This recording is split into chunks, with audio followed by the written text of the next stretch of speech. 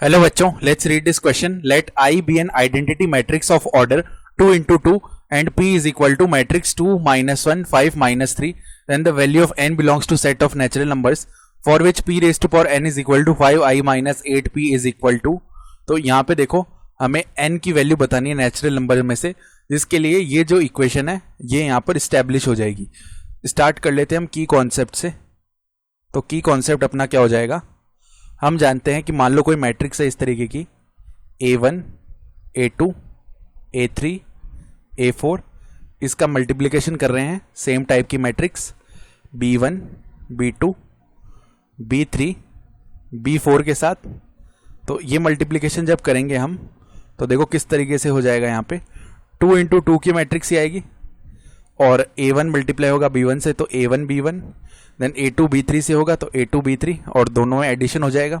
Then A1 B2 से multiply होगा A1 B2, then A2 B4 से होगा तो प्लस का A2 B4, then A3 B1 से होगा तो A3 B1 plus A4 B3 से हो जाएगा तो A4 B3. ठीक है, ये बन जाएगा इधर. देन फर्दर देखो क्या होगा, यहाँ पे जो A3 है B2 से होगा तो A3 B2, देन A4 जो है B4 से होगा तो प्लस का A4 B4 हो जाएगा. तो ऐसे होता है मल्टीप्लिकेशन दो 2 इंटू 2 वाली मैट्रिसेस में. तो अब ध्यान से देखो, हमें P तो दिया हुआ है, तो अगर P स्क्वायर लिखना चाह रहे हैं तो वो किसके इक्वल आएगा, P मल्टीप्लाई में P. तो P कितना है 2 माइनस 1 5 माइनस 3. इसका मल्टीप्लिकेशन कर लेते हैं P से ही 2 माइनस 1 5 माइनस 3. ठीक है, तो यहाँ पे देखो 2 मल्टीप्लाई होगा 2 से तो 4 आ जाएगा. देन माइनस 1 मल्टीप्लाई हुआ 5 से तो माइनस का 5. 2 मल्टीप्लाई होगा अब माइनस के 1 से माइनस 2, माइनस 1 मल्टीप्लाई हुआ माइनस 3 से प्लस का 3 आ जाएगा. ठीक है, देन 5 मल्टीप्लाई होगा 2 से 10 आ गया, माइनस 3 मल्टीप्लाई हुआ 5 से माइनस का 15, 5 मल्टीप्लाई हुआ माइनस 1 से माइनस 5, माइनस 3 मल्टीप्लाई हुआ माइनस के 3 से प्लस का 9. तो ये देखो कितना बन गया हमारे पास 4 माइनस 5 यानी माइनस 1, यहाँ पे 1 आ जाएगा. ठीक है, देन यहाँ पे माइनस का 5 आ जाएगा, यहाँ पे 4 आ जाएगा. ये तो आया हमारे पास में पी स्क्वायर का वैल्यू. अब पी रेज टू पावर 4 निकालेंगे तो वो आ जाएगा पी स्क्वायर मल्टीप्लाई में पी स्क्वायर. ठीक है, ये वैल्यू बनेगा. या हम क्या करते हैं देखो, उससे पहले पी क्यूब निकाल लेते हैं जिससे कि थोड़ी आसानी हो जाएगी. पी क्यूब निकाल लेते हैं तो वो कैसे लिख सकते हैं हम, पी स्क्वायर मल्टीप्लाई में पी. तो देखो पी स्क्वायर का वैल्यू तो आ चुका है माइनस 1 माइनस का 5 4. ठीक है, ये तो पी स्क्वायर का वैल्यू है. और p का जो वैल्यू है वो कितना आया है, p का वैल्यू हम लिख चुके हैं पहले ही, हमें पता है 2 माइनस 1 5 माइनस 3. तो अब इनको मल्टीप्लाई करते हैं.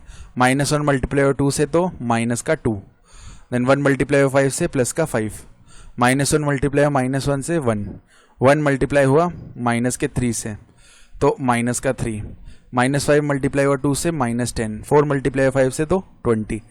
देन यहाँ पे देखो माइनस 5 मल्टीप्लाई हुआ माइनस 1 से 5, 4 मल्टीप्लाई हुआ माइनस 3 से माइनस का 12. तो फर्दर ये देखो कितना बन गया, यहाँ पे 3 माइनस का 2 10 और माइनस का 7. ठीक है, ये बन चुका है. ये पी क्यूब का वैल्यू आया है. अब पी रेज टू पावर 6 लिखेंगे ना इधर से तो वो क्या आएगा, पी क्यूब मल्टीप्लाई में पी क्यूब. पी क्यूब का वैल्यू कितना आएगा 3 माइनस 2 10 माइनस 7 मल्टीप्लाई में 3 माइनस 2 10 माइनस 7. ठीक है, ये बन जाएगा. तो इनको भी चलो मल्टीप्लाई कर लेते हैं. 3 मल्टीप्लाई हुआ किससे, 3 से मल्टीप्लाई हुआ 9, माइनस 2 10 से मल्टीप्लाई हुआ माइनस का 20, 3 मल्टीप्लाई हुआ किससे, माइनस के 2 से माइनस का 6, देन माइनस 2 मल्टीप्लाई हुआ माइनस 7 से प्लस का 14. ठीक है, देन 10 मल्टीप्लाई हुआ 3 से 30, माइनस 7 मल्टीप्लाई हुआ 10 से माइनस 70, देन 10 मल्टीप्लाई हुआ माइनस 2 से माइनस 20, माइनस 7 मल्टीप्लाई हुआ माइनस 7 से प्लस का 49.